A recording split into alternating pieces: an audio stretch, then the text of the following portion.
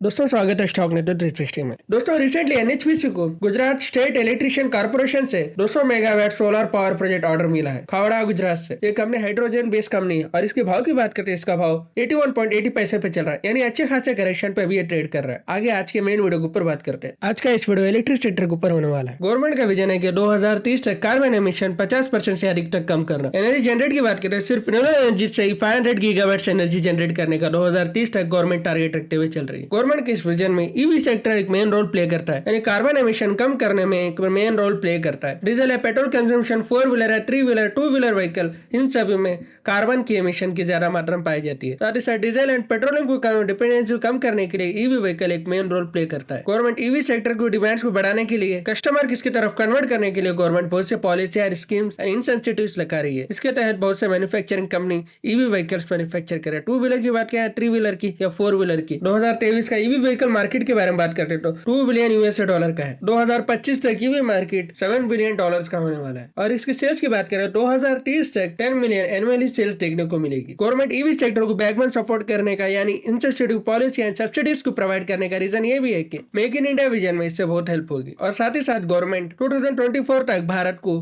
Developed nation बनाने का government vision रखते हुए चल रही है। इन सब में ईवी सेक्टर एक मेन रोल प्ले करता है। आज हम जिस पेनी स्टॉक ऊपर बात करने वाले हैं वो इलेक्ट्रिक बाइक मैन्युफैक्चर करती है और halogen lamp and auto bulb ये सभी मैन्युफैक्चर करती है। और इसके प्रोडक्ट ना के सिर्फ डोमेस्टिक में सप्लाई होते हैं बल्कि इंटरनेशनल भी इसके प्रोडक्ट सप्लाई होते हैं। इसके प्रोडक्ट ना के सिर्फ 2 व्हीलर में यूज होते हैं बल्कि 4 व्हीलर्स में यूज होते हैं। जैसे क्लाइंट के बारे में बात करें तो मारुति, एथर, ओल्वो। 2 व्हीलर की क्लाइंट के बारे में बात करते हैं तो यामाहा, टीवी, रॉयल एनफील्ड ये सभी इसमें इसके प्रोडक्ट इस्तेमाल होते हैं। आगे कंपनी शेयर प्राइस के ऊपर बात करने से पहले इस वीडियो को लाइक एंड सब्सक्राइब कीजिए ताकि आने वाला वीडियो आप तक पहले पहुंचे। शेयर प्राइस के भाव की बात कर रहे हैं, जब ये वीडियो बन रहा है 104.60 पैसे पे चल रहा है। इस शेयर के 5 साल के रिटर्न की बात करें, इस शेयर ने 5 साल में 730 से अधिक के परसेंट के रिटर्न बना के दिए। वही 1 साल की बात करें तो शेयर ने 1 साल में 140% से अधिक के रिटर्न बना के दिए। यानी पिछले साल 250 शेयर खरीदते हैं तो यानी 10,000 से अधिक का इन्वेस्टमेंट करते हैं तो अभी तक आपका पैसा 15,000 अधिक तक प्रॉफिट होता है। रिटर्न की बात करें तो 140% के अधिक तक रिटर्न बन चुके होते हैं। आगे कंपनी की सीजीआर ग्रोथ देखते हैं तो यानी कंपनी की सेल्स देखते हैं तो कंपनी के 10 साल में इस कंपनी ने 10% के रिटर्न बना के दिए। वही 5 साल में इस कंपनी ने 26% के रिटर्न देखने को मिले। वही 3 साल में कंपनी के कॉन्स्टेंटली रिटर्न देखने को मिले, यानी 26% के रिटर्न देखने को मिले। वही कंपनी की टीटीएम सेल्स देखते हैं तो टीटीएम सेल्स में गिरावट देखने को मिले, यानी 12% की गिरावट देखी गई है। आगे कंपनी के सीजर प्रॉफिट देखते हैं तो 10 साल में इस कंपनी ने 11% के प्रॉफिट बना के दिए, यानी 11% की कमाई देखी गई है। वही कंपनी के 5 साल के सीजर प्रॉफिट देखते हैं तो कंपनी ने 5 साल में अच्छा खासा प्रॉफिट बना के दिया है, यानी कंपनी ने 41% की कमाई की है। वही 3 साल की बात करें, 3 साल में कंपनी के प्रॉफिट में गिरावट देखने को मिले, यानी कंपनी के प्रॉफिट में 3 साल में 16% के प्रॉफिट देखा गया है। वही टीटीएम प्रॉफिट देखते हैं तो टीटीएम प्रॉफिट में भी कॉन्स्टेंटली अपना प्रॉफिट मेंटेन किया, यानी 16% का ही कंपनी ने प्रॉफिट किया। आगे कंपनी की प्रॉफिट एंड लॉस की बात करें तो कंपनी ने अपनी सेल्स में लगातार बढ़ोतरी देखने को मिली है, यानी 2019 से लगातार कंपनी ने अपनी सेल्स में ग्रोथ दिखाई है। वर्ल्ड वाइड बेस से कंपनी की सेल्स देखते हैं तो 2022 से कंपनी की सेल्स 44.70 करोड़ की देखी गई। वही मार्च 2023 की सेल्स की बात करें 46.77 करोड़ की सेल्स देखने को मिली। वर्ल्ड वाइड बेस कंपेयर करते 2 करोड़ की बढ़ोतरी देखने को मिली है। वही टीटीएम सेल्स की बात करें, टीटीएम सेल्स में अच्छी खासी बढ़ोतरी देखने को मिले, यानी 51.20 करोड़ की बढ़ोतरी देखने को मिली है। कंपनी के नेट प्रॉफिट के बारे में बात कर रहे हैं, 2019 से कंपनी ने अच्छी खासी कमाई की, यानी 2019 से लगातार कमाई में बढ़ोतरी देखने को मिली है। वर्ल्ड वाइड बेस कंपेयर करते हैं 2022 से कंपनी की कमाई 2.39 करोड़ की थी। 2023 से कंपनी की कमाई में बढ़ोतरी देखने को मिली 2.66 करोड़ की। वही कंपनी की टीटीएम प्रॉफिट के बारे में बात करते हैं, यानी नेट प्रॉफिट के बारे में बात करते हैं तो टीटीएम प्रॉफिट में 2.79 करोड़ की बढ़ोतरी देखने को मिली थी। कंपनी का मार्केट कैप देखते हैं तो कंपनी का मार्केट कैप 76.4 करोड़ का है, यानी अभी ये कंपनी स्मॉल कैप कंपनी है। पीई रेशियो की बात करते हैं, इंडस्ट्रियल पे 29.8 टाइम है। इस कंपनी का स्टॉक पीई रेशियो देखते हैं तो 27.4 टाइम पे ट्रेड कर रहा है, यानी इस कंपनी का स्टॉक पीई रेशियो 2 टाइम लो वैल्यूएशन पे ट्रेड कर रहा है। स्टॉक अच्छे खासे वैल्यूएशन पे मिल रहा है। वही आरएसए एंड आरए की बात कर रहे हैं तो आरएसए 12.66% का है। वही आरए की बात करें 10.1% पे ट्रेड कर रहा है। कंपनी की रिजर्व की बात करते कंपनी ने रिजर्व 21.2 करोड़ के रिजर्व मेंटेन किए। वही ओपीएम की यानी कंपनी के मार्जिन की बात करते हैं 8.73% का कंपनी ने अपना मार्जिन मेंटेन किया। कंपनी की डेट इक्विटी के बारे में बात करते हैं तो कंपनी डेट फ्री कंपनी है, यानी कंपनी ने अपने ना के बराबर डेप्ट रखा है। 0.07 कंपनी का डेप्ट है। जिस कंपनी का भी डेप्ट 1 टाइम से ऊपर रहता है वो कंपनी रिस्की होती है और ऐसे कंपनी में मेरी इन्वेस्टमेंट बिल्कुल ना के बराबर होती है। जिस कंपनी का भी डेप्ट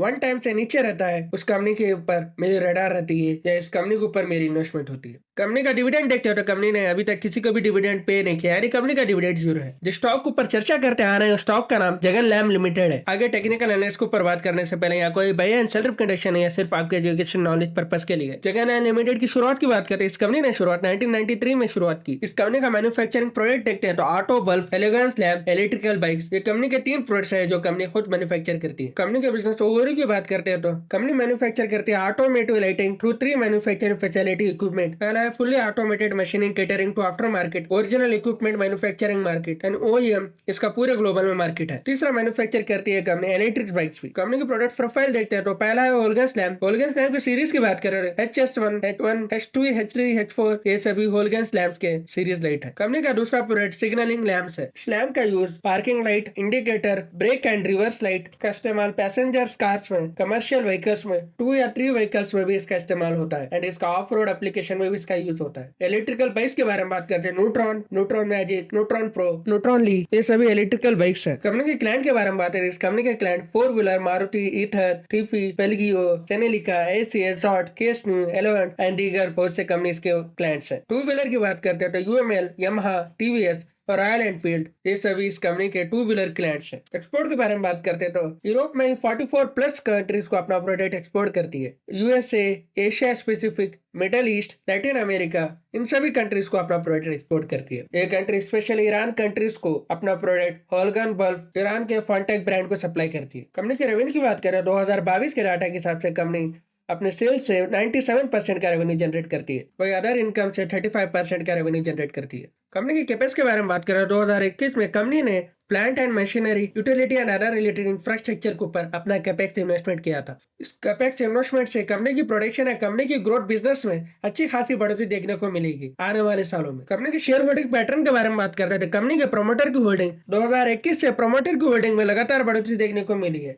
अभी प्रोमोटर की होल्डिंग 57.78% की होल्डिंग है। पब्लिक की होल्डिंग की बात करते हैं, पब्लिक की होल्डिंग 42.22% की होल्डिंग देखने को मिली है। कंपनी की कुल शेयर होल्डिंग के बारे में बात करें, कंपनी के पास 6000 से अधिक की शेयर होल्डिंग है। पेनी स्टॉक में प्रोमोटर की होल्डिंग 50% से अधिक कमी देखने को मिलती है, पर इस कंपनी के पास प्रोमोटर की होल्डिंग 50% से अधिक है। ऐसी ही कंपनी मुमकिन है आगे चलकर मल्टीबैगर शेयर बनते हैं। जिस कंपनी का फंडामेंटल है, टेक्निकल अच्छा होता है या कंपनी का बिजनेस अच्छा होता है, वो आगे चलकर मल्टीबैगर शेयर बनते हैं। आगे कंपनी का टेक्निकल एनालिसिस देखते हैं। इन्वेस्टमेंट के लिए स्टॉक फंडामेंटल टेक्निकल के ऊपर 53% पास है। चार्ट देखते हैं तो 50 DM में लोअर ट्रेंड पे शो हो रहा है। अभी ये शेयर सपोर्ट लेवल पर ट्रेड करे, यानी 104.25 पे अपना सपोर्ट लेवल बना है। इसके नीचे ही क्लोजिंग होगी तो इसका दूसरा सपोर्ट लेवल 92.20 पैसे का है, वही इसके ऊपर क्लोजिंग होगा तो नेक्स्ट 112.25 का रेजिस्टेंस होगा। आज के लिए इतना ही, फिर मिलते हैं एक नए वीडियो के साथ।